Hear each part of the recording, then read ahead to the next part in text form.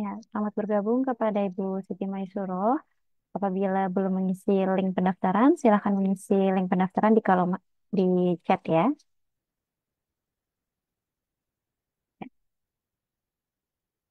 Selamat pagi Ibu Rusilawati. Silahkan yang belum mengisi kolom daftar hadir bisa diisi dulu sambil menunggu. Kita akan memulai acara 1 menit lagi. Betul, betul.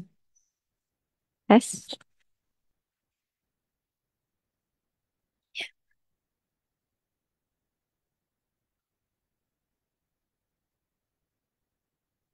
Mengingatkan kembali bagi kawan pajak yang belum mengisi daftar hadir untuk mengisi daftar hadir di link di grup chat. Apabila ada yang belum mengisi, acara akan kami mulai 1 menit lagi.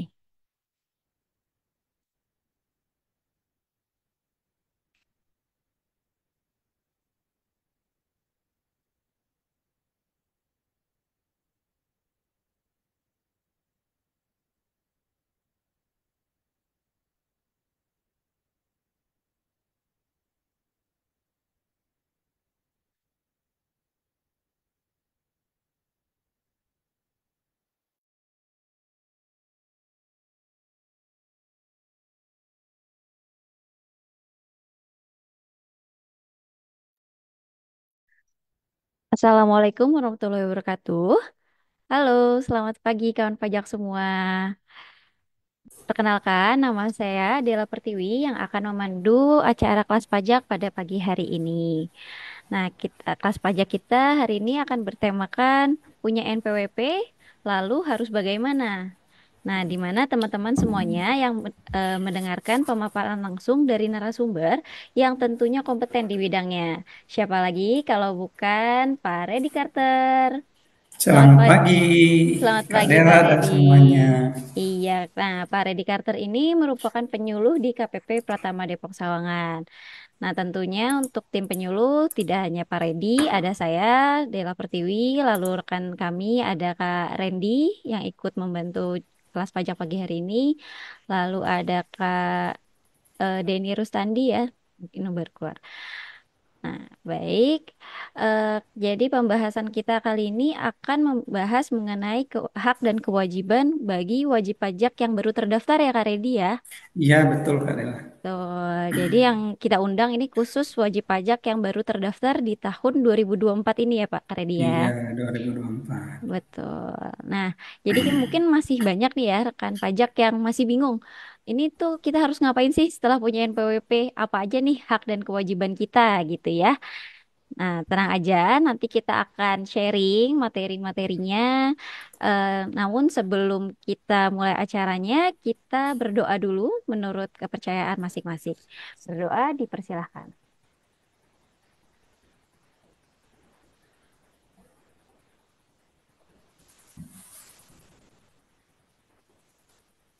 Doa selesai. Berikutnya akan kita nyanyikan dan dengarkan lagu Indonesia Raya disusul dengan pemaparan dari Dirjen Pajak kita, Bapak Suryo Utomo. Kepada host dipersilahkan.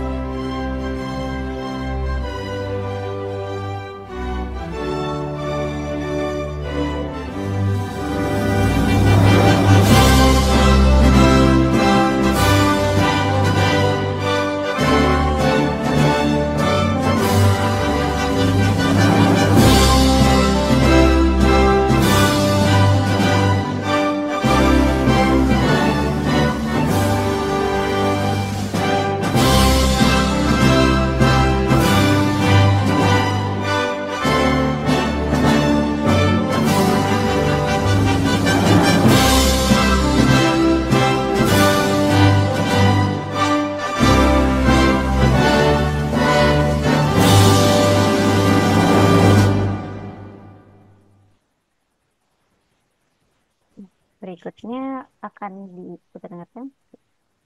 Assalamualaikum warahmatullahi wabarakatuh. Salam sejahtera bagi kita semua. Salam, Om Swastiastu, Namo Buddhaya, salam kebajikan. Bapak Ibu wajib pajak yang kami hormati, saat ini Direktorat Jenderal Pajak sedang melakukan perubahan seiring dengan arah reformasi birokrasi aparatur sipil negara. Perubahan berfokus pada peningkatan pelayanan dan kepercayaan publik melalui kinerja instansi yang berintegritas, akuntabel, profesional, dan berorientasi pada pelayanan.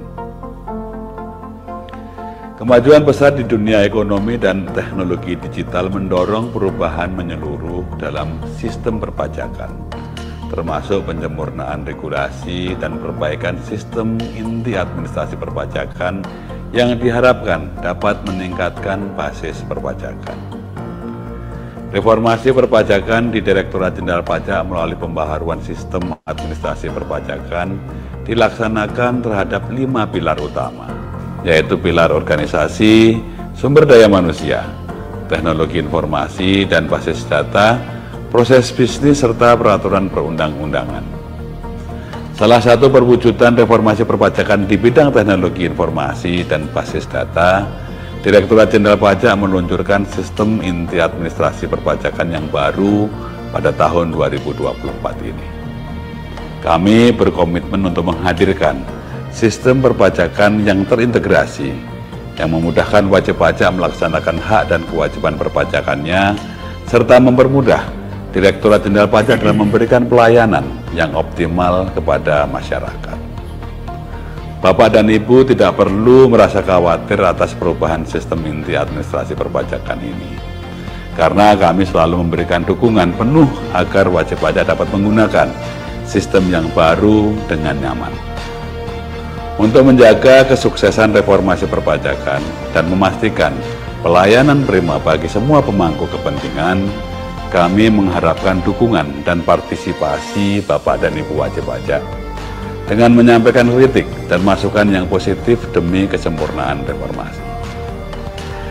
Apabila terdapat indikasi pelanggaran disiplin dan etik pegawai Direktorat Jenderal Pajak yang berpotensi merugikan reformasi, mohon agar Bapak dan Ibu tidak ragu untuk melaporkannya melalui saluran pengaduan resmi Direktorat Jenderal Pajak. Kami menyampaikan terima kasih kepada seluruh pihak yang telah berkontribusi dalam pembangunan negara melalui pajak serta mendukung reformasi perpajakan demi mewujudkan Indonesia yang lebih baik. Semoga upaya bersama ini mendapatkan petunjuk dan ridho dari Tuhan Yang Maha Esa. DJP kuat, APBN sehat, dan Indonesia sejahtera. Wassalamualaikum warahmatullahi wabarakatuh. Om Santi Santi Santi Om. Ya, baik. Baik, mengingatkan kembali bagi wajib pajak yang baru hadir untuk mengisi daftar hadir yang sudah kami posting di grup chat ya. Nah, baik. Baik, kita akan masuk ke materi utama nih untuk kelas pajak pada pagi hari ini. Jadi, Pak Redi sudah siap untuk memberikan materi? Siap Kak Dela, Sudah insya siap. Allah. Oke, saya dengar-dengar udah nyiapin pantun nih Pak Redi nih. Silakan Pak Redi. Ya, baik. Terima kasih Kak Dela dan teman-teman semuanya.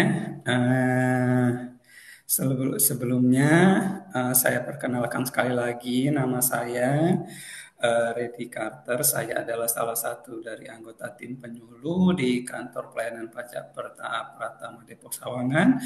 Hari ini bersama dengan teman-teman saya mengadakan kelas pajak khusus untuk Bapak Ibu wajib pajak baru yang baru terdaftar di tahun 2024 untuk mengetahui apa sih sebenarnya hak dan kewajiban Bapak Ibu semuanya setelah mempunyai nomor pokok wajib pajak atau NPWP ya Kak Dela ya.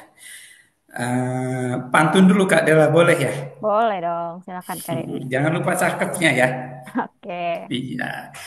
Jalan-jalan ke Kota Padang, cakep. naik becak, bawa durian. Artinya, Kami ucapkan selamat datang kepada Bapak-Bapak Ibu semuanya di kelas pajak KPP Pratama Depok Sawangan. Silakan. Ya, ya. Sebelumnya sekali lagi kami ucapkan terima kasih kepada Bapak Ibu semuanya yang telah menyempatkan waktunya pagi ini untuk mengikuti kelas pajak yang kita adakan khusus untuk Bapak Ibu semuanya para wajib pajak baru yang terdaftar tahun 2024. Oke. Kita langsung masuk ke materi ya Kak Dela ya. Saya izin share screen ya Bapak Ibu semuanya.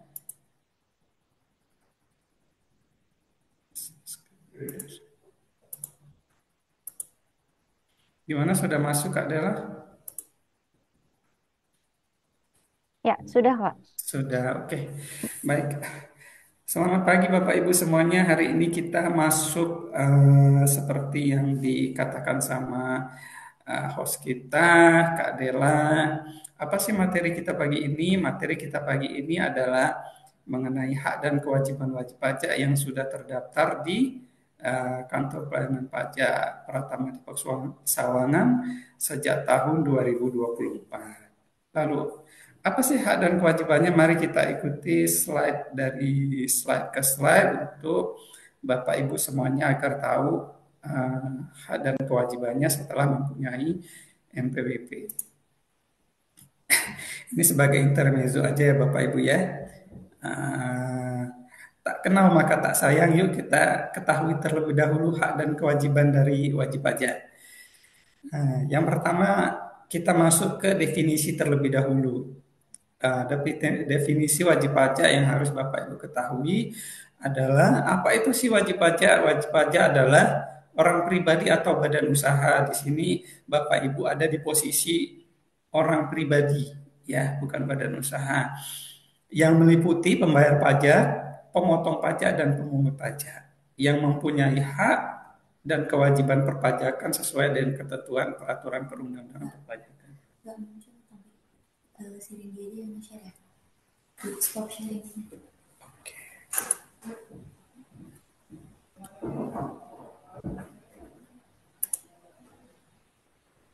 Oke.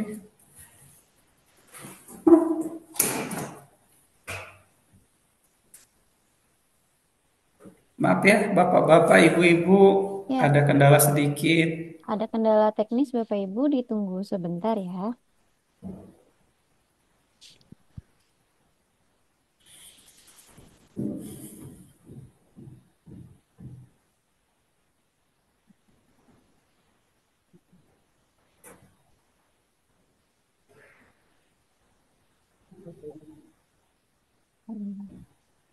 Lu bisa nggak share?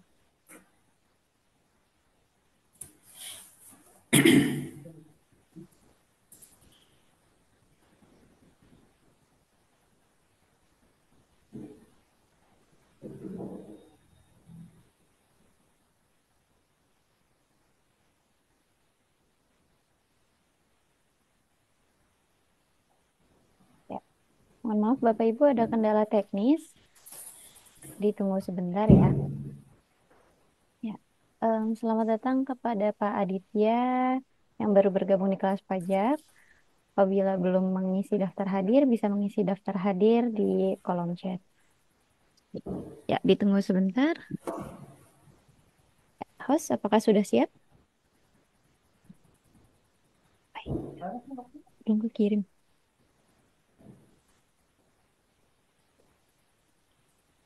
Ya, ditunggu sebentar.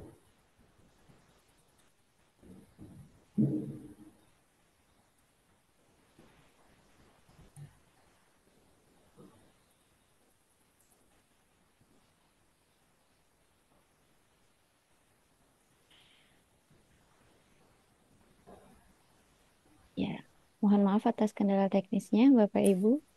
Ditunggu sebentar.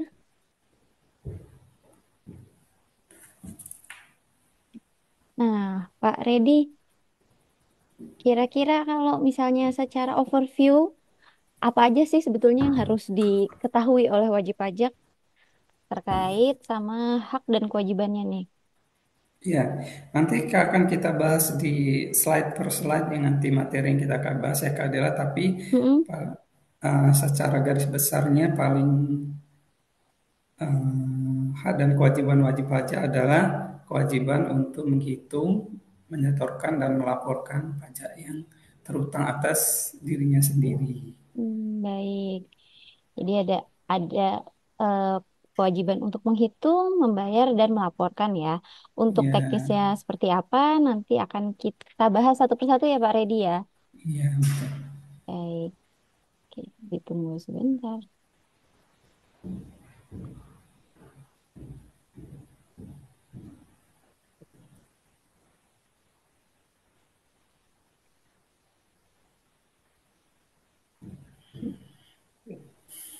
Muncul. Ya, jadi kan pasti wajib pajak yang terdaftar ini yang baru mendaftarkan di tahun 2024 sudah melaksanakan kewajiban yang pertama ya, yaitu mendaftarkan diri melalui irek.pajak.go.id. Nah, untuk kewajiban berikutnya akan kita bahas melalui slide. Ya, sudah muncul Kak Redi ya? Ya, silakan Kak Redi untuk dimulai. Ya, Eh, next. Ya, kita tadi ada di slide nomor halaman ketiga. Saya halaman ketiga. Ya, eh, tadi udah kita sebutkan definisi wajib pajak. eh, Ya, definisi wajib pajak itu adalah ada dua bagian besar wajib pajak itu adalah orang pribadi dan satunya lagi badan usaha meliputi para pembayar pajak, pemotong pajak, pemungut pajak yang mempunyai hak dan kewajiban sesuai dengan ketentuan peraturan perundangan perpajakan. Dan di sini yang ditampilkan di slide adalah Undang-Undang Nomor 16 Tahun 2009. Next. Ya, tadi udah kita sebutkan wajib pajak itu ada dua golongan besar yaitu orang pribadi dan badan usaha. Di sini dirinci lagi menjadi empat bagian. Orang pribadi, warisan yang belum terbagi ini adalah orang pribadi yang sudah meninggal dunia, lalu badan usaha dan satu lagi ditambah dengan instansi pemerintah yang mempunyai kewajiban untuk memungut, memotong dan melaporkan pajak yang terhutang. Next, Kak. Ya. Nah, ini posisi bapak-bapak, ibu-ibu sekarang ada di sini ya. Apa namanya? Masuk ke wajib pajak orang pribadi. Jadi wajib pajak orang pribadi ini dibagi dalam uh, jenis tiga jenis ya. Yang pertama adalah karyawan atau ASN. Karyawan itu adalah orang yang bekerja di pemberi kerja dan mendapatkan gaji atau penghasilan dari pemberi kerja. Karyawan itu kita anggapnya adalah bekerja di perusahaan swasta, sedangkan yang bekerja di pemerintah itu adalah seperti PNS, eh, ada lagi TNI dan Polri, itu kita menyebutnya sebagai ASN, yaitu aparatur sipil negara. Yang kedua ada usahawan. Usahawan ini adalah orang yang mempunyai orang pribadi, wajib pajak orang pribadi yang mempunyai usaha sendiri, baik itu usaha perdagangan ataupun jasa. Nah, lalu satu lagi adalah kalangan profesional yang pekerjaannya adalah pekerjaan bebas. Pekerjaan bebas di sini dalam artian mereka tidak bekerja di orang lain, tidak bekerja di pemberi kerja, dan tidak juga memiliki usaha, tapi melakukan pekerjaan sendiri, menghasilkan penghasilan dari pekerjaannya sendiri. Sebagai contoh, ini di gambar ini adalah dokter ya, sejenisnya. Ada dokter, ada pengacara, ada mungkin atlet ya, atlet itu olahragawan juga termasuk di situ, dan pekerjaan-pekerjaan bebas lainnya. Next. Ya, ini yang tadi di awal ada wajib pajak warisan yang belum terbagi ini itu adalah wajib pajak orang pribadi yang sudah meninggal dunia yang memiliki harta yang belum dibagi. Ya, nanti sebelum hartanya dibagi maka dia tetap menggunakan NPWP orang pribadi tersebut, tapi dengan mengganti klasifikasi lapangan usahanya dari yang tadi kita sebutkan ada pegawai, apa namanya atau SN, ada yang usahawan, ada juga yang pekerjaan bebas, diganti dengan warisan yang belum terbagi. Ya, next. Ini wajib-wajib badan ya, sebagai gambaran saja ya Bapak Ibu ya. Bapak Ibu kan yang kita undang hari ini adalah wajib pajak orang pribadi. Tapi kira-kira wajib pajak badan itu adalah seperti ini ya. Badan profit dan non-profit. Profit ya seperti perusahaan biasa, dan non-profit itu banyak, ada yayasan, yayasan non-profit, lalu kerjasama operasi itu adalah gabungan dari dua perusahaan yang melakukan kegiatan usaha yang sama. Lalu bentuk usaha tetap itu adalah wakil dari apa namanya perusahaan luar negeri yang beroperasi di negara kita. Next. Ya, ini yang satu lagi ya, tadi sebagai penjelasan aja biar Bapak Ibu tidak apa namanya tuh agak sedikit paham lah. Wajib pajak instansi pemerintah, ada pemerintah pusat yang dibiayakan dengan APBN, ada pemerintah daerah yang dibiayai dengan APBD, dan desa yang dibiayai dengan apa namanya dana desa. Next. Nah, ini masuk ke kewajiban. Nah, kewajiban wajib pajak apa sih? Yang pertama yang sudah dilakukan oleh Bapak Ibu semuanya yaitu mendaftarkan diri. Karena Bapak Ibu semuanya sudah mempunyai NPWP, berarti sudah mendaftarkan diri untuk memperoleh NPWP. Bagi wajib pajak yang apa namanya belum mendaftarkan diri untuk memperoleh NPWP, wajib melakukan memiliki NPWP dengan mendaftarkan diri melalui website secara online di irek.pajak.go.id. Lalu kedua, setelah mendaftarkan diri, lalu apalagi kewajibannya adalah untuk menghitung sendiri, menyetor sendiri dan melaporkan sendiri pajak yang terutang sesuai dengan sistem self assessment, artinya bahwa wajib pajak diberi kepercayaan untuk menghitung, menyetor dan melaporkan sendiri pajak yang terhutang.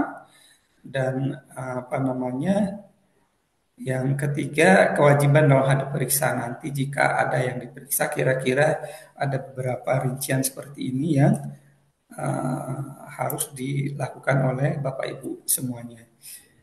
Next. Lalu apa haknya wajib pajak? Ya, kita mungkin bisa sebutkan beberapa yang ada apa namanya korelasi lah ya hubungan dengan Bapak Ibu semuanya. Jika Bapak Ibu mempunyai kelebihan pembayaran pajak, itu bisa diminta kembali. Ada kerahasiaan, pasti kerahasiaan adalah kewajiban kita, Direktorat Jenderal Pajak, untuk menjaga kerahasiaan wajib pajak. Itu permohonan mengangsur atau menunda pembayaran pajak jika nanti ada keinginan mengangsur. Lalu menunda pelaporan SPT, itu ada formulirnya sendiri jika merasa belum siap. Ada pengurangan angsuran pasal 25 jika nanti wajib pajak sudah memiliki angsuran pasal 25 bisa mengajukan pengurangan. Dan ada lagi pembebasan itu untuk apa namanya kriteria-kriteria tertentu untuk wajib pajak orang pribadi seperti hibah dan waris, mengajukan keberatan, banding dan peninjauan kembali jika ada. Pengembalian pendahuluan ini berkaitan dengan kelebihan pembayaran pajak yang sudah kita sebutkan pertama kali tadi. Lalu mendapatkan pajak dari pemerintah jika ada program dan insentif jika ada program.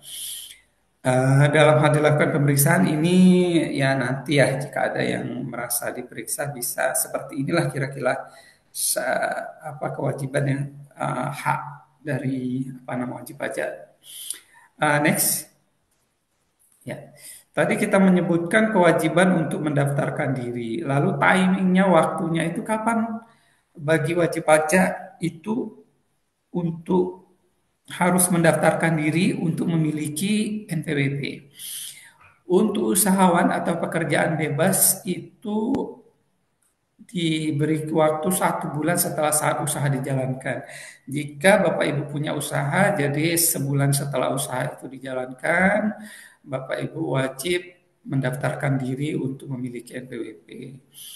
Lalu yang bukan usahawan ini yang seperti yang kita sebutkan di awal tadi adalah para pekerja-pekerja bebas profesional apabila memperoleh penghasilan di atas PTKP,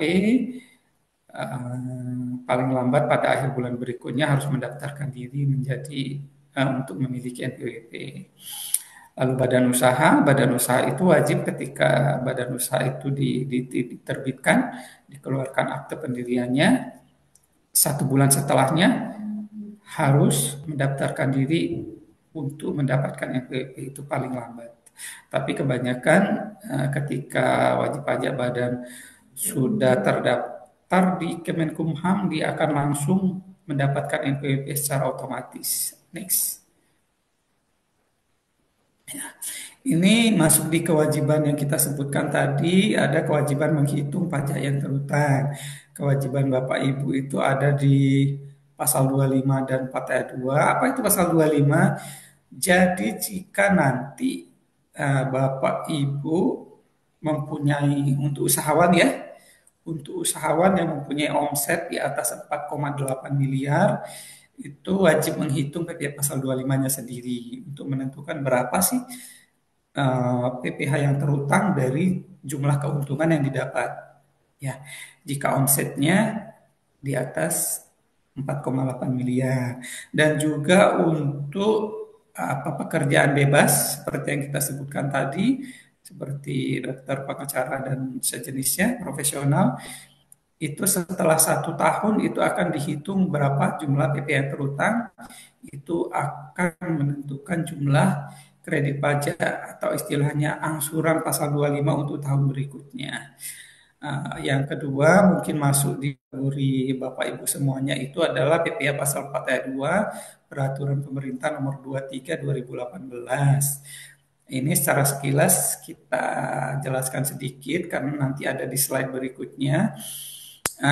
Mungkin Bapak Ibu belum paham apa itu PPh pasal 4 ayat 2. Kalau di kita menyebutkan adalah pajak penghasilan, PPh itu final ya. Untuk usahawan yang memiliki usaha dengan omset di bawah 4,8 miliar ya. Itu namanya PPh pajak penghasilan final pasal 4 ayat 2. Nanti akan kita jelaskan seperti apa mekanismenya. Tapi secara garis besar adalah untuk usahawan yang memiliki omset usaha di bawah 4,8 miliar dalam 1 tahun. Oke. Untuk PPN dan PPh pasal 23 mungkin tidak masuk kategori Bapak Ibu semuanya, kecuali Bapak Ibu selain usahawan mendaftarkan diri untuk menjadi pengusaha kena pajak dan punya kewajiban PPN untuk menghitung PPN. Cara menghitungnya adalah tarif pajak sesuai dengan jenis PPh-nya dikali dengan dasar pengenaan pajak. Dasar pengenaan pajak nanti sesuai dengan jenis pajaknya. Dasar pengenaan pajak adalah sesuai dengan jenis pajak apa yang dikenakan, itu dikalikan dengan tarifnya. Next. Ya. Ini contoh ya, ilustrasi untuk karyawan. Sebenarnya Bapak Ibu semuanya untuk karyawan itu tidak usah pusing-pusing memikirkan menghitung pajaknya ya. Karena untuk karyawan yang bekerja di pemberi kerja itu sudah dihitung oleh pemberi kerja. Kewajiban untuk menghitung jumlah pajak yang terhutang itu dibebankan kepada pemberi kerja untuk menghitung, memotong dan menyetorkan pajak yang terhutang dari Bapak Ibu semua jika status Bapak Ibu adalah karyawan swasta. Jadi nanti Bapak Ibu terima gaji persis setelah dipotong pajak jika penghasilan Bapak Ibu di atas penghasilan tidak kena pajak. Tapi jika di bawah penghasilan tidak kena pajak, itu pemberi kerjanya tidak memotong pajak. Jadi hitung-hitungan seperti ini adalah hitung-hitungan yang dilakukan oleh pemberi kerja, begitu kira-kira. Next. Ya, ini yang seperti kita bilang tadi adalah ada pekerjaan bebas, kan tadi ada pasal 25, masuknya ke sini PPh pasal 25 untuk usahawan ya, usahawan dan pekerjaan bebas ya, usahawan yang memiliki omset di atas 4,8 miliar dan para apa namanya wajib pajak orang pribadi yang memiliki pekerjaan bebas yang seperti kita sebutkan tadi di atas atau malah dua-duanya ya, itu menghitung PPh-nya seperti ini kira-kira. Kalau yang untuk usahawan yang memiliki omset di atas 4,8 bisa menghitung sendiri omsetnya berapa dalam 1 tahun, lalu dikurangi dengan biaya-biayanya, lalu dapat penghasilan itu, dikurangi dengan penghasilan tidak kena pajak, penghasilan tidak kena pajak sesuai dengan status perkawinan, lalu sisanya adalah penghasilan kena pajak yang tadi kita sebutkan adalah sebagai dasar pengenaan pajak untuk menghitung tarif. Kira-kira tarifnya seperti ini jika menghitung sendiri lalu dapat PPh yang terutang. Kredit pajak itu adalah PPh pasal 25 yang sudah disetor jika ada atau PPh pasal 23 atau pasal 22 yang sudah dipotong oleh pihak lain, itu bisa dikurangi dengan pajak yang terutang untuk mendapatkan pajak PPh yang masih harus dibayar. Next. Nah, ini yang kita sebutkan tadi yang mempunyai omset sampai dengan 4,8 miliar. Untuk pekerjaan bebas ini sebenarnya perlu kita garis bawahi untuk pekerjaan bebas ya. Untuk pekerjaan bebas itu bisa menggunakan norma perhitungan penghasilan itu,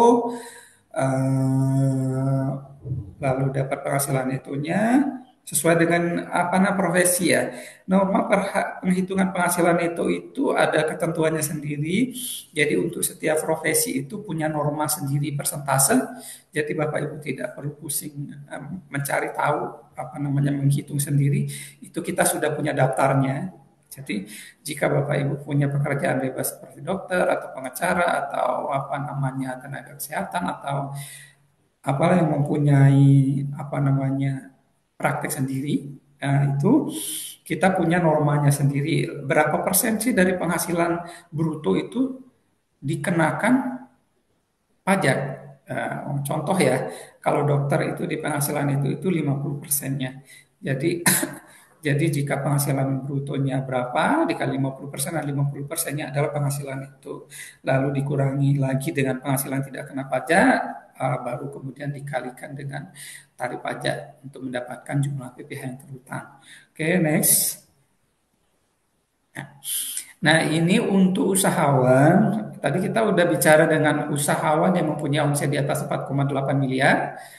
Lalu ada pekerjaan bebas, ya. Sekarang kita bicara tentang usahawan yang memiliki omset di bawah atau sampai dengan 4,8 miliar. Jadi jika Bapak Ibu umpamanya jualan itu omsetnya di bawah 4,8 miliar, cara penghitungan pajaknya adalah omset dikali dengan tarif 0,5%.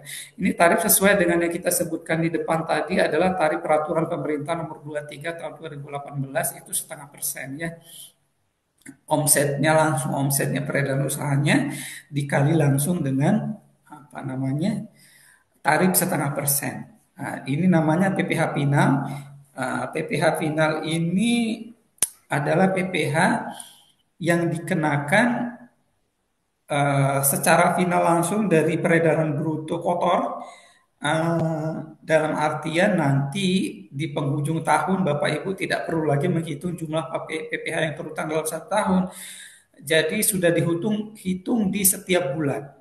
Jadi tidak perlu lagi menghitung nanti di akhir tahun tarifnya adalah tarif final 0,5%. Ketentuan tambahan ini dinotif ya Bapak Ibu ya untuk orang pribadi. Bapak Ibu yang kita undang hari ini adalah Bapak Ibu yang berstatus wajib pajak orang pribadi yang baru terdaftar tahun 2024, itu kita berikan waktu 7 tahun sejak terdaftar. Jadi jika Bapak Ibu terdaftar tahun 2024, berarti hitungannya dalam jangka waktu 7 tahun Bapak Ibu masih bisa menggunakan apa namanya tarif 0,5% ini dari omset ya. Jadi 7 tahun itu dihitung dari tahun terdaftar, jadi bukan bagian dari tahun. Jadi jika terdaftar tahun 2024 dihitungnya 2024, 2025, 2026, 2027, 2028, 2029, 2030. Jadi sampai dengan 2030 sepanjang omset Bapak Ibu tidak melebihi 4,8 miliar dalam 1 tahun, Bapak Ibu masih berhak menggunakan tarif final 0,5% dihitung setiap bulan dikalikan dengan omset. Begitu kira-kira sederhananya ya. Next. Ya. Ada ketentuan tambahan tadi kan kita bicara tentang peraturan pemerintah nomor 23 tahun 2018 mengenai tarif. Nah, tahun 2018 memang belum ada tambahan ketentuan ini. Tapi sejak tahun 2022 berarti Bapak Ibu semuanya yang memiliki usaha ini masih berhubungan dengan usahawan yang memiliki omset di bawah 4,8 miliar tadi. Itu bagi orang pribadi pengusaha dengan omset ya peredaran bruto omset sampai dengan 500 juta setahun itu tidak dikenain PPh. Jadi tadinya tahun 2018 sampai dengan tahun 2021 itu omset tidak ada jumlah minimal.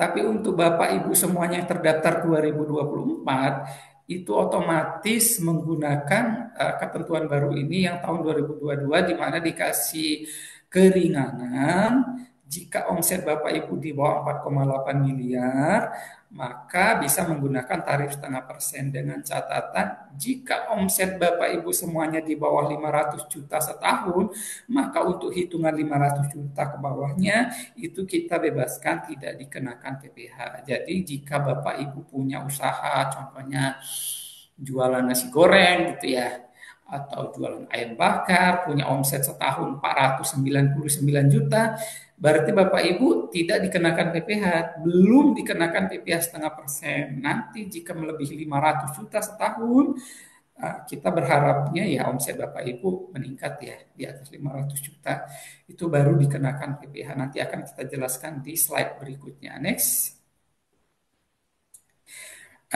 Ini ilustrasi yang seperti yang kita jelaskan tadi, jumlah 500 juta tadi, ini 100 itu ada jutanya di belakang ya Bapak Ibu ya. Jadi sampai dengan 500 juta di bulan Mei itu tidak dikenakan PPh, PPh-nya itu 0 ya.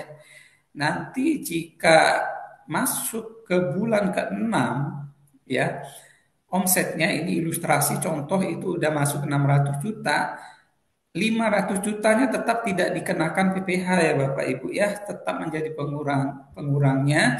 Jadi omset setahun itu sudah mencapai 600 di bulan Juni, maka dikurangkan dulu dengan 500 juta yang dikenakan PPh-nya adalah cuma 100-nya. Kelebihan dari 500-nya itu dikalikan 0,5% ya. Dari situ di sini ilustrasi kelihatan jika dulu sebelum tahun 2022 itu ada yang paling kanan, itu pajak terutangnya bisa mencapai 6 juta setahun. Ketika tahun 2022 ada insentif pengurangan untuk di bawah 500 juta itu, PPh terutangnya berkurang 2,5 juta menjadi 3.500.000. Kira-kira ilustrasi ini bisa Bapak Ibu pahami ya. Next.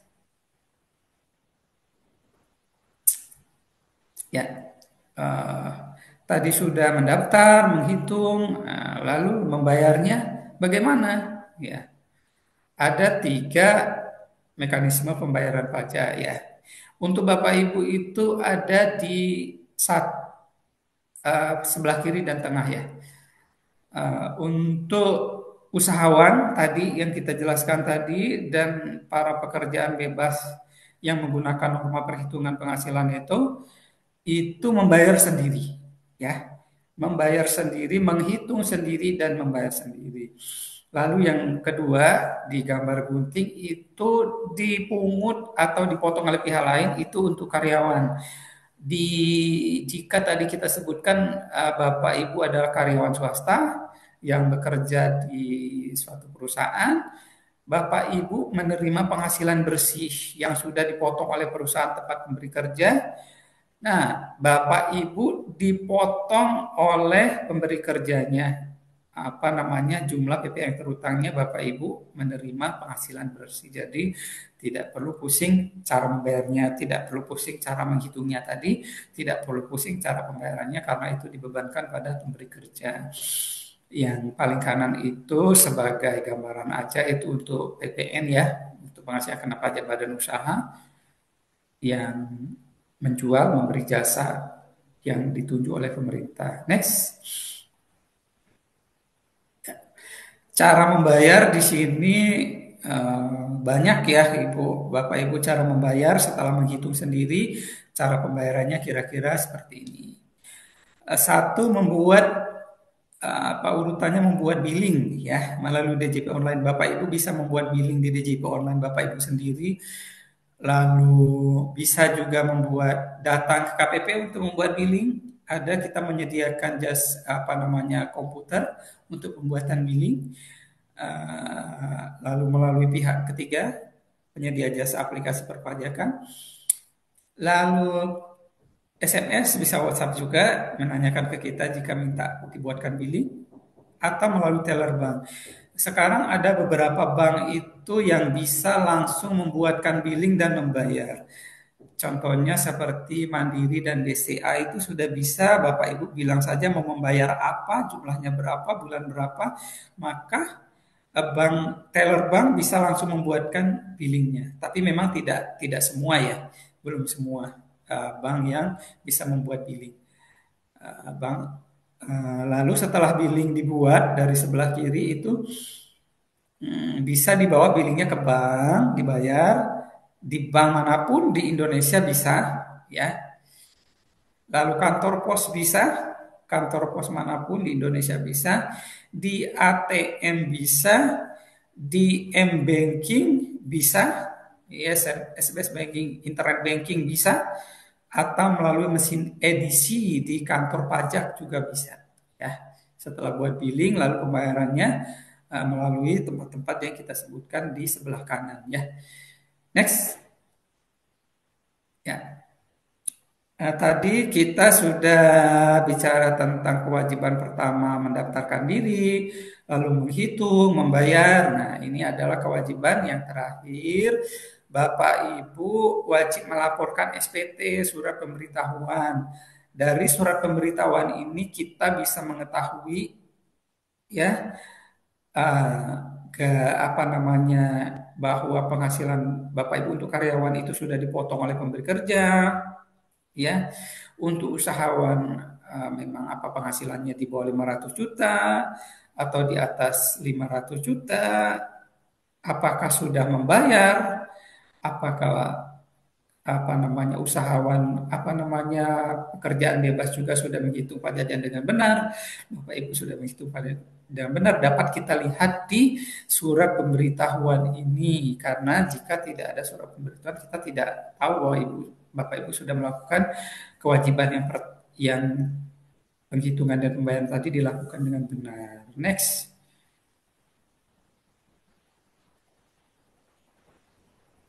Ya, coba diulang lagi yang tadi ada yang masih belum dijelaskan ya Kak. Ya. SPT-nya itu ada dua jenis, SPT masa dan SPT tahunan. Untuk Bapak Ibu semuanya, wajib pajak orang pribadi itu kewajibannya ada di SPT tahunan ya. Bukan SPT masa. SPT masa itu untuk badan usaha yang memiliki karyawan motor pasal 21 dan PPN gitu. SPT masa untuk Bapak Ibu itu masuk di SPT tahunan, kecuali Bapak Ibu adalah PKP yang mempunyai kewajiban PPN atau usahawan yang memiliki karyawan ya. Next. Pelaporan SPT ini yang sudah dijelaskan tadi adalah pengertian ini ya, surat yang oleh wajib pajak digunakan untuk melaporkan penghitungan dan atau pembayaran pajak ya. Dan pembayaran pajak jika dihitung ada pajak terutang atau pembayaran pajak jika tidak ada yang terutang, jika ada pembayaran pajak saja, objek pajak dan atau bukan objek pajak atau harta kewajiban sesuai dengan ketentuan perundang-undangan perpajakan. Next. Ini adalah kira-kira isi SPT Bapak Ibu nanti ya. Isi SPT-nya, penghasilannya, biaya-biaya yang tadi menggunakan apa namanya, yang omset di atas apa namanya 500 omset di atas 4,8 miliar, ada biaya-biaya, ada pajak yang terutang, ada aset harta Bapak Ibu juga harus dicantumkan dalam SPT untuk data saja. Lalu kewajiban jika Bapak Ibu punya harta dan punya hutang bank, karena bisa jadi Bapak Ibu membeli rumah yang masih KPR atau beli kendaraan yang belum lunas, masih kredit, itu hutangnya bisa ditaruh di SPT juga. Lalu keluarga atau tanggungan dan keluarga ini untuk menentukan penghasilan tidak kena pajak, ya. Jadi untuk penghasilan tidak kena pajak itu ditentukan dengan keluarga atau tanggungan, ya, tanggungan pokoknya. Penghasilan tidak kena pajak untuk uh, yang tidak kawin dengan yang kawin anak tiga tentu lebih tinggi penghasilan tidak kena pajak untuk kawin anak tiga. Gambarannya seperti itu. Next. Ini jenis formulir ya Bapak Ibu ya. Nanti tahun depan setelah Desember berakhir Bapak Ibu wajib lapor SPT ya. Nah, ada 3 jenis formulir SPT tahunan orang pribadi. Ini yang korelasinya sama Ibu semua, Bapak Ibu semua itu formulir 1770 itu digunakan oleh usahawan yang tadi kita bilang yang punya usaha, yang baik itu yang omset di atas atau di bawah 4,8 miliar, lalu pekerjaan bebas yang tadi sudah kita sebutkan, ya, atau pegawai yang dengan tambahan penghasilan lain, umpamanya selain dia pegawai, dia tenaga ahli gitu menggunakan formulir 1770. Yang S itu khusus untuk pegawai dengan jumlah penghasilan bruto. Penghasilan bruto ini adalah gaji dan penghasilan lain-lain ya. Itu nanti dapatnya dari perusahaan tempat bekerja. Itu jika jumlahnya di atas 60 juta penghasilannya, penghasilan bruto di atas 60 juta dari pekerjaan sebagai pegawai itu dalam setahun itu menggunakan formulir 1770S. Dan yang ketiga itu formulir 1770SS untuk pegawai dengan penghasilan brutonya, gaji dan penghasilan lain jika digabungkan setahun kurang dari 60 juta setahun. Ya, jadi formulirnya menggunakan salah satu dari 3 formulir ini. Next. Ini tadi formulir sudah kita sebutkan. Lalu cara lapornya seperti apa? Ya, sekarang cara lapor SPT itu dilakukan secara online ya Bapak Ibu ya, melalui website djponline.pajak.go.id. Ya, ada juga aplikasi sistem perpajakan itu punyanya pihak ketiga. Jadi website djponline.pajak.go.id itu Bapak Ibu bisa mengakses sendiri ya. Lalu di dalam akun Bapak Ibu itu ada ISPT, e-form ya. Formulir manual itu ada kesulitan jika menggunakan formulir manual karena formulir manual hanya bisa dilakukan di KPP tempat Bapak Ibu terdaftar. Jadi jika Bapak Ibu terdaftarnya di KPP yang jauh dan tinggalnya di mana itu tidak bisa menggunakan manual, tapi harus di manual di kantor pajak maksudnya, tapi bisa manual dikirim lewat pos. ISPT itu ada, menu ISPT itu ada di dalam website DJP Online akun Bapak-Bapak Ibu semuanya. Menu e-form itu juga ada di DJP Online pajak.go.id dalam akun Bapak Ibu semuanya sendiri dalamnya. ISPT itu digunakan untuk apa namanya karyawan, tadi e-form digunakan untuk pegawai. E-form itu adalah jika kita sebutkan IPOM itu adalah formulir PDF, electronic form, formulir PDF 1770 yang kita sebutkan di awal tadi ya. Ya, ISPT itu adalah formulir 1770S dan SS yang tadi kita sebutkan di awal ya. Sedangkan formulir manual itu bisa untuk SSS maupun IPOM, tapi harus di kantor pajak tempat Bapak Ibu terdaftar. Ya, biar nggak bingung ya, garis besarnya seperti itu. Next. Nah, ini PPh Badan ya, hanya sebagai gambaran aja buat Bapak Ibu, karena yang kita undang hari ini adalah wajib pajak orang pribadi. Untuk badan itu menggunakan Form 1771, tidak termasuk yang tadi kita sebut 1770, 1770S dan 1770SS. S itu sederhana, SS itu sangat sederhana. Ini 1771 khusus untuk badan usaha. Next. Ya. Ini kelengkapan ya. Jadi Bapak Ibu tadi disebutkan melaporkan SPT. Apa saja kelengkapan yang harus dilampirkan atau dokumen yang dibutuhkan oleh wajib pajak untuk bisa menyampaikan SPT tahunannya yang tadi kita sebutkan tadi ya. Untuk karyawan dan ASN ini adalah apa namanya, PNS, TNI Polri ya. Untuk karyawan itu membutuhkan bukti potong 1721A1. Apa itu 1721A1? 1721A1 itu adalah rekapitulasi dari penghasilan Bapak Ibu selama setahun, berapa jumlah penghasilan brutonya, lalu berapa jumlah PPh terutangnya, dan berapa jumlah PPh yang sudah dipotong dan dibayarkan oleh pemberi kerja.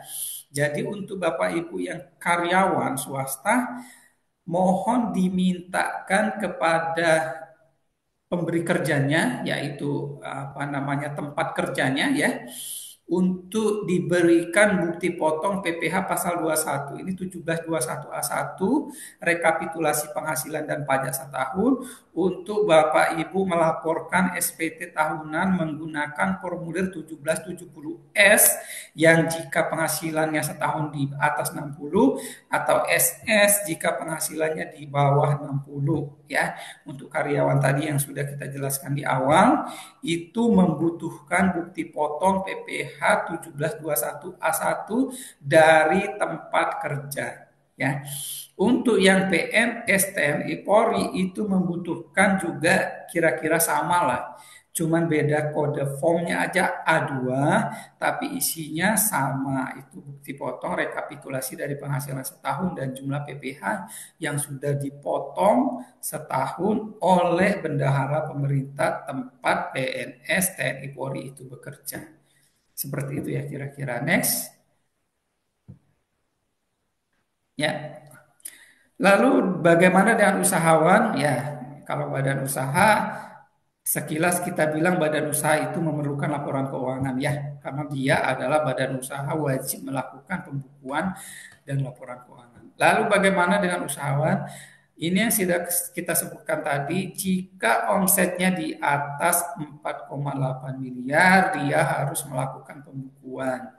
Karena harus membuat laporan keuangan dan menghitung PPh terutangnya dengan tarif yang ada ilustrasi tadi yang kita sebutkan ya. Itu butuh penghasilan biaya lalu menghasilkan penghasilan yang terhutang dikalikan tarif pajak ya, seperti tadi. Lalu untuk yang di bawah 4,8 miliar itu boleh menggunakan pembukuan dan boleh menggunakan pencatatan. Kan tadi sudah kita sebutkan Bapak Ibu yang memiliki omset 4,8 miliar boleh menggunakan tarif final 0,5% ya. Dari mana tahu omsetnya 4,8 miliar, belum sampai 4,8 miliar dari 1 tahun, Dari pencatatan, Bapak Ibu harus melakukan pencatatan selama setahun untuk mengetahui bahwa penghasilannya dalam setahun itu memang kurang dari 4,8 miliar. Atau justru untuk mengetahui jumlah omsetnya itu kurang dari 500 juta. Tentu saja dari pencatatan. Silakan dilakukan pencatatan. Begitupun dengan pekerjaan bebas juga harus melakukan pencatatan untuk mengetahui berapa penghasilan dari umpamanya seperti dokter praktek itu mengetahui omsetnya sebulan berapa, setengah tahun atau setahun sudah mencapai berapa. Ya. Next. Next.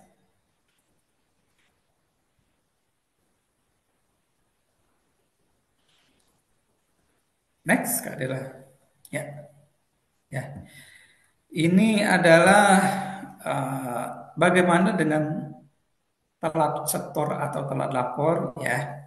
Ya ini DJP dapat mengenakan sanksi administrasi. Ada sanksinya jika Bapak Ibu telat setor atau lapor SPT. Next.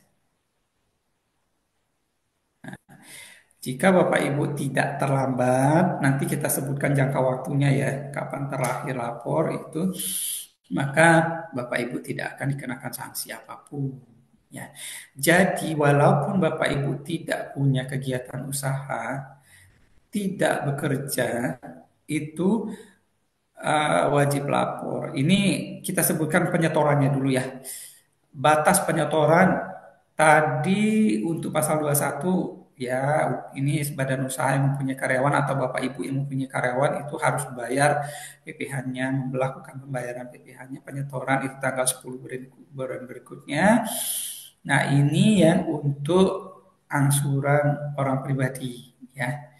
Itu tanggal 15. Jadi untuk Bapak Ibu di sini jatuhnya di tanggal 15 ya. Karena tadi ada PPh final yang dibayar sendiri 0,5% itu harus Bapak Ibu bayar tanggal 15 bulan berikutnya. Dan untuk yang di atas 4,8 miliar dan apa namanya orang pribadi pekerjaan bebas itu harus menyetor paling lambat tanggal 15 bulan berikutnya. Jadi yang perlu dinotif ya sama Bapak Ibu itu adalah tanggal 15 bulan berikutnya untuk PPN itu untuk PKP. Next. Ini pelaporannya ya. SPT masa PPN itu untuk PKP ya gambaran aja itu akhir bulan berikutnya. SPT masa lainnya tanggal 20 S. Nah, yang mungkin kewajiban Bapak Ibu yang harus Bapak Ibu ingat di sini adalah SPT tahunan orang pribadi itu harus dilaporkan paling lambat 3 bulan setelah berakhirnya tahun pajak. Tahun pajak itu adalah Januari sampai Desember. 3 bulan setelah 31 Desember itu adalah 31 Maret. Jadi Bapak Ibu itu harus lapor SPT tahunan orang pribadi paling lambat 31 Maret tahun berikutnya ya. Jika tahun pajaknya adalah Januari sampai Desember, kira-kira seperti itu. Yang badan itu kita kasih waktu 1 bulan lebih akhir, lebih lambat itu sampai dengan 30 April. Ya, 4 bulan. Next. Ini dendanya. Dendanya jika Bapak Ibu lapornya di atas 31 Maret itu masuk ke yang pertama di atas itu 100.000 ya. Ini masuk ke kewajiban Bapak Ibu ya, yang bawahnya mungkin enggak termasuk kewajiban Bapak Ibu karena itu badan usaha PPN dan SPT masa lainnya. Dendanya adalah 100.000 ya. Next. Nah, ini bunga jika ada yang dibayar dan terlambat bayar dari tanggal 15 yang telah kita sebutkan tadi. Jika ada ya. Next. Ya, sudah habis materi kita pagi ini. Saya berharap tadi Bapak Ibu bisa menangkap dan memahami apa yang kita jabarkan. Jika memang ada yang belum dipahami, mungkin bisa nanti cantumkan di kolom pertanyaan. Ya, saya kembalikan kepada host kita, Ibu Dela. Silakan Bu Dela. Ya, terima kasih pemaparannya Kak Redi yang sangat jelas ya. Ini kita jadi bagi wajib pajak yang baru terdaftar. Jadi jelas nih kita punya kewajiban yaitu kita biasa sebutnya DHBL ya. DHBL itu mendaftarkan diri sebagai wajib pajak, lalu menghitung berapa pajak yang terhutangnya, lalu dibayarkan dan melakukan pelaporan SPT tahunan. Nah, terus selain memiliki kewajiban, wajib pajak juga memiliki hak yang tadi juga sudah dipaparkan oleh Pak Redi. Nah, mungkin apabila ada wajib pajak yang masih ingin bertanya, kami buka. Mungkin pertama 3 pertanyaan dulu ya Kak Redi ya. Boleh yang ingin bertanya, boleh raise hand atau langsung di unmute aja. Kira-kira Bisa apakah di ada kolom pertanyaan? chat, Atau di kolom kolom chat chat kalau boleh. misalnya eh, malu ya, Hmm. boleh di kolom chat. Silakan kawan pajak apabila yang ada mau ditanyakan. Atau udah jelas sekali nih penjelasannya dari Pak Reddy Carter nih. Izin Sepertinya udah bertanya, Mbak. paham ya, Oh Kak ya, Del. Silakan. ya ada yang mau ditanyakan. Ya, Silakan, silakan. silakan Pak. Ya, saya Azmi. Oh, Iya, halo, silakan Bapak, Pak Esmi. ya, terima kasih atas paparannya, Pak Randy. Iya, sama-sama Pak. Assalamualaikum warahmatullahi wabarakatuh. Waalaikumsalam Waalaikumsalam. warahmatullahi wabarakatuh. Saya Azmi. Ya, sebelumnya saya pegawai negeri di Arsip Nasional. Iya. Baik. Nah, setelah akhir 2002, saya pensiun. Ya, pensiun. Maka sekarang saya belum punya aktivitas tetap gitu ya. Nah, tapi kadang diminta menjadi narasumber gitu ya. Nah, memang tahun 2023 saya tidak mengisi SPT karena biasanya saya diurus oleh kantor gitu lah. Baik. Nah, setelah saya dapat pemberitahuan dari apa kantor pajak Sawangan, nah, saya baru tahu bahwa saya harus mengisi lagi SPT gitu ya. Nah, maka Mm, setelah saya diundang, saya hadir seperti ini. mm, Nah, pertanyaan saya, setelah saya pensiun, ini ada kewajiban yang saya harus lakukan, prosedurnya seperti apa? Gitu.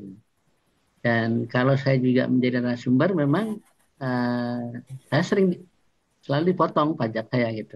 Baik. Nah, tapi karena saya tidak mengisi SPT yang biasa diurus oleh kantor, maka Mm, aktivitas tahun 2023 itu saya tidak melaporkan. Nah, insya Allah nanti tahun 2025 ya, berarti kewajiban saya akan saya laporkan untuk aktivitas saya tahun 2004. Itu Betul, pandangan saya Betul. gitu ya. Iya, betul Pak. betul, Pak. Nah, Mm, untuk penjelasan lebih lanjut agar saya tidak salah dan Mm-mm. bagaimana uh, kealpaan saya yang tahun Mm-mm. 2023 mm, itu seperti bagaimana gitu. Apakah saya harus melaporkannya itu double ya? mm. Walaupun tahun 2003 memang setelah purna saya hanya aktivitas sebagai narasumber dan Ya, itu sudah dipotong memang. ya. Betul sekali. Nah, yang kedua, kalau misalkan saya jadi narasumber itu, saya minta potongan-potongan dari pengambilan pajak saya itu seperti apa? Terkadang memang mereka tidak memberikan gitu loh. Mm, Ya, Karena saya terasa aja percaya kepada mereka gitu. ya, Baik. Mungkin itu Mas Randy, biar ya. biar Oke. jelas sehingga saya juga tidak mau menjadi warga negara yang tidak aktif ya dalam membayar pajak. Tapi Mm, terkadang ketidakjelasan itulah yang sebenarnya menjadi penghambat kita untuk. Terima kasih Mas Randy. Ya, sama-sama Pak. Baik. Jadi ada Oke. 2 pertanyaan ya Pak Asmi ya, yaitu Ya, pertama sudah pensiun di tahun 2022, lalu bagaimana pelaporannya apabila menjadi narasumber gitu ya Pak ya. Ya, dan satu lagi kalau bukti potongnya seperti apa kalau tidak diberikan gitu ya Pak ya. ya. Baik, Kak Redi bisa dijawab pertanyaannya. Ya. Eh, Bapak Pak Asmi kan sudah pensiun mulai tahun 2022 ya. Seperti yang Pak Asmi jelaskan tadi, sebelum pensiun Pak Asmi diurus oleh kantor lapor SPT. Hmm, Waktu masih aktif bekerja sudah jelas ya, dapat hmm, bukti potong dari gaji sebagai ASN Hmm. Itu menggunakan bukti potong yang setelah kita apa namanya jelaskan tadi 1721A2 sama seperti kita itu dilaporkan di SPT. Lalu bagaimana setelah pensiun? Setelah pensiun itu Pak Asmi ada dua kemungkinan. Yang pertama ada orang yang pensiun itu memang tidak punya penghasilan lagi. Ya, sudah tidak punya penghasilan lagi. Tapi ada yang sesudah pensiun itu yang punya penghasilan lain bisa melalui tenaga ahli seperti Bapak jadi narasumber atau juga ada yang orang sudah pensiun itu bikin usaha ya Hmm. punya usaha sendiri. Nah untuk Bapak kan katanya bekerjanya sebagai adalah ya penghasilannya dari narasumber yang dipotong oleh apa namanya pengguna jasa Bapak ya. Yang pertama yang harus dilakukan Bapak mengenai apa namanya laporan SPT tadi, apakah tahun 2023 dan 2024 itu harus dilaporkan? Kita jawab iya. Untuk tahun 2023 Bapak tetap punya kewajiban untuk melaporkan walaupun Bapak tidak punya penghasilan sekalipun tetap wajib lapor dengan status nihil ya. Tapi yang perlu dicatat adalah untuk wajib pajak yang sudah tidak punya pekerjaan atau yang pensiun, yang penghasilannya dalam 1 tahun itu kurang dari 60 juta, itu boleh mengajukan yang namanya non efektif, di mana meminta nomor NPWP-nya untuk kita nonaktifkan sementara sampai punya penghasilan itu boleh jika penghasilannya di bawah 60 juta. Itu apa yang akan terjadi? Apa kira-kira konsekuensinya jika status nomor pokok wajib pajaknya itu tidak aktif? Kewajiban lapor SPT Bapak untuk setiap tahun itu tidak ada. Ya. Yang kedua, jika Bapak punya penghasilan dari apa namanya narasumber dan tidak diberikan bukti potong itu sebenarnya kewajiban dari pemotong pajak itu harus membuatkan bukti potong karena uh, kita tidak pernah tahu jumlah pajak yang terhutang yang sudah dipotong itu benar-benar disetorkan ke kas negara atau tidak. Jika dibuat bukti potong berarti bukti potong itu harus dilaporkan dan disetorkan. Lalu itu kewajiban mereka dan Bapak harus meminta. Lalu bagaimana kewajiban Bapak? Bapak dengan bukti potong itu melaporkan SPT-nya untuk mengetahui jumlah penghasilan dalam setahunnya berapa. Kira-kira seperti jika ditanya bapaknya perlu lapor SPT atau tidak, kita jawab iya, wajib lapor SPT. Lalu yang seperti kita bilang tadi di notif, jika penghasilannya di bawah 60 juta bisa memilih untuk non efektif jika sudah pensiun, kecuali memang sesudah pensiun punya penghasilan di atas 60 juta atau bikin usaha.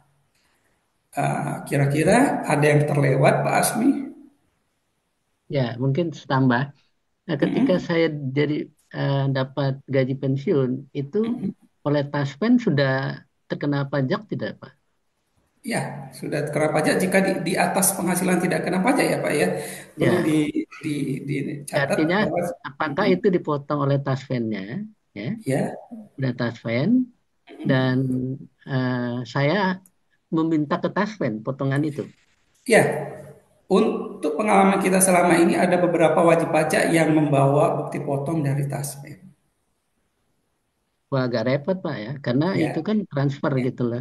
Baik. ya. Mereka, nah itulah Tapi yang, jika kita bilang tadi, jika penghasilan Bapak itu dan Taspen itu pensiun ya Pak ya, itu di bawah 60 juta setahun, itu kita menggunakan formulir SS yang tadi saya bilang di awal itu ada 3 formulir, 70 70 SS, 70S.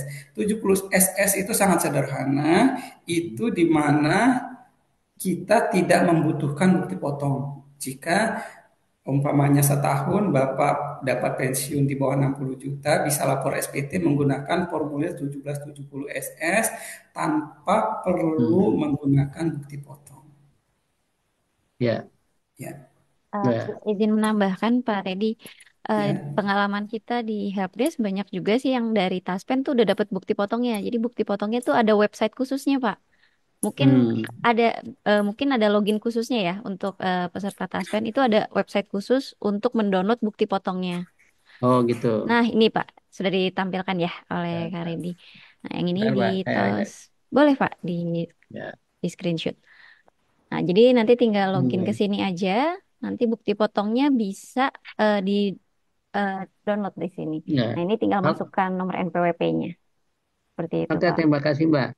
Ya, Kemudian sama-sama. kalau yang Mm-mm. dari apa peminta jasa saya itu Mm-mm. terkadang hanya menunjukkan di amplop ya, Mm-mm. atau Mm-mm. dia mengatakan ini udah dipotong pajak gitu loh gitu. Nah, Mm. kalau kita minta berhubungan dengan dia, ya tidak diberikan gitu. Nah, jadi menurut saya, jadi terbebani oleh oleh wajib pajak itu sendiri gitu loh. Saya sudah memberi jasa pengajaran gitu ya, Mm. tapi Mm-mm. Mm-mm. dituntut lagi untuk melaporkan hal-hal yang sebenarnya itu di luar kekuasaan wajib pajak gitu. Kita hanya request, tapi kan itu penyelenggaranya yang gitu. Nah, bagi saya apakah itu hanya bisa dilaporkan gitu ya, bahwa saya pernah kegiatan dalam tahun ini ya, ada beberapa kegiatan yang sudah dipotong pajaknya oleh pengguna jasa saya gitu. Karena agak sulit kita meminta itu. Mm-mm. Itu Mas Helmi. Ya,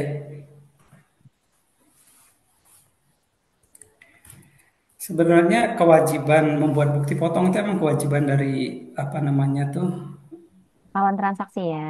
pemberi Pemberi kerja. penghasilan, ya, pemberi Betul. penghasilan ya. Ya, Memang kewajiban Bapak hanya menerima ya. ya. Ya, tujuannya adalah gunanya adalah untuk melaporkan penghasilan saja. Sebenarnya Hmm. untuk melaporkan penghasilan Hmm. dalam setahun berapa sih penghasilan Bapak ya. Nah, kita selalu bilang kepada pemungut dan pemotong pajak, itu adalah kewajiban mereka untuk melakukan pembuatan bukti potong. Mau tidak Ya, mau mereka harus membuat itu. Karena itu hak hak kita sebagai apa namanya pihak yang dipotong oleh mereka untuk menerima bukti potong, untuk melihat sebenarnya benar nggak bukti potong saya ini sekian dan dipotong pajak, penghasilan saya sekian ini dipotong pajak dengan benar sekian ya, gitu. Itu sebenarnya hak Bapak untuk meminta. Kami selalu selalu apa namanya itu menginstruksikan memberi apa namanya ini ya kepada wajib pajak pemotong dan pemungut pajak, terutama itu badan badan apa namanya itu bendaharawan pemerintah untuk melakukan kewajiban itu. ya. Ya, sekarang gini Mas Hende, di lapangan memang agak sulit. Ya, Iya.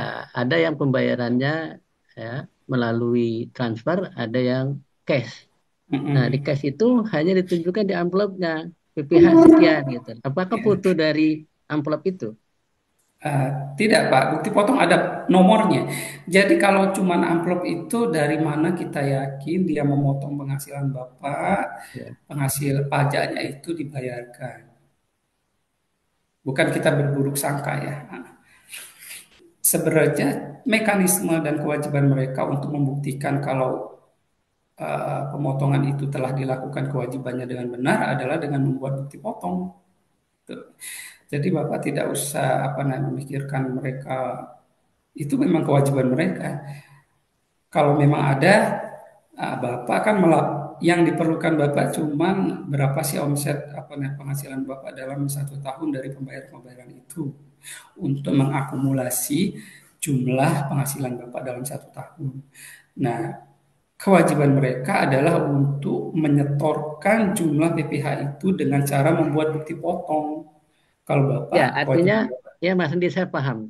Saya ketika itu dari Taspen kan formil tadi saya dikasih alamatnya ya, saya bisa cek itu kemudian saya print gitu loh.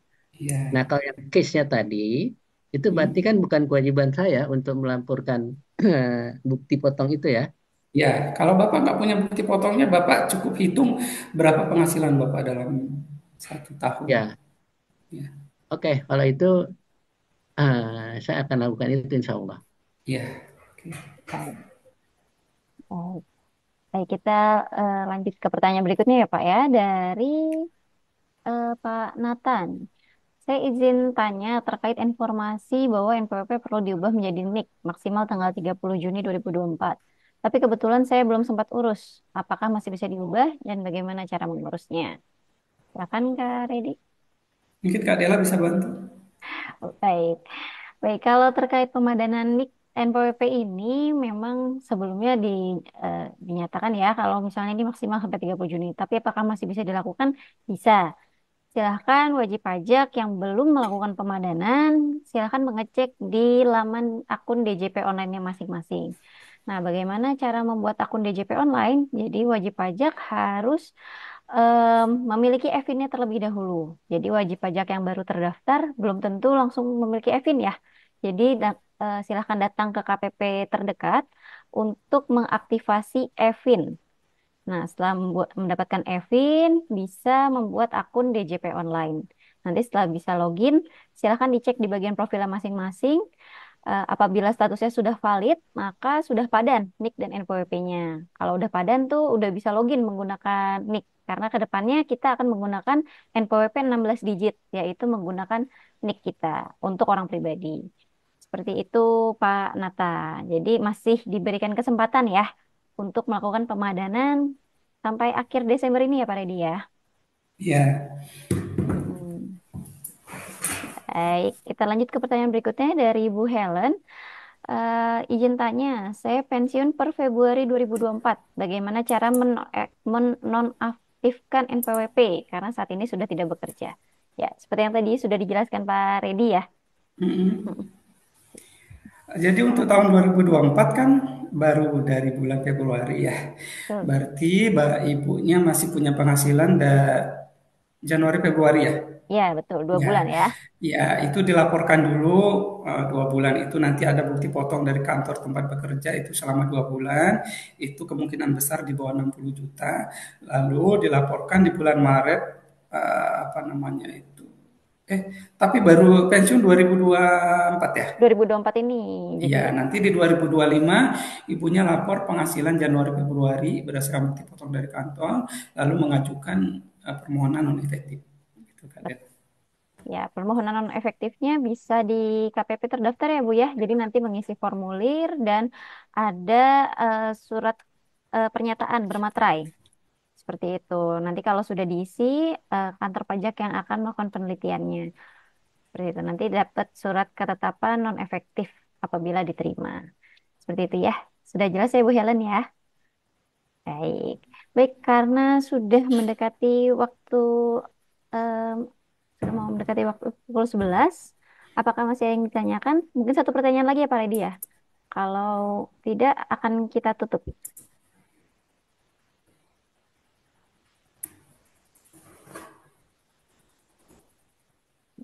Kayaknya udah paham semua nih Pak Redi nih. Karena penjelasannya udah sangat komprehensif dan jelas sekali nih Kak Redi. Baik, sebelum kita tutup, mungkin kita bisa berfoto bersama dulu ya, kawan pajak ya. Mungkin dinyalakan dulu kameranya, kita foto bersama untuk dokumentasi. Dinyalakan dulu, silakan. Kameranya kita berfoto bersama. Tuh pada malu nih kayaknya. Ya, baiklah. Kita dokumentasi sebentar ya, Bapak Ibu.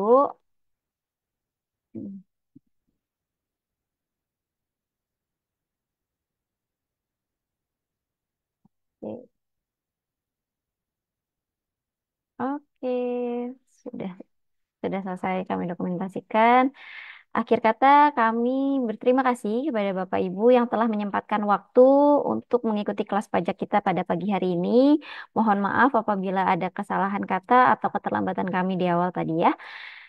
Akhir kata kami minta maaf dan terima kasih. Assalamualaikum warahmatullahi wabarakatuh. Terima kasih. Waalaikumsalam warahmatullahi wabarakatuh.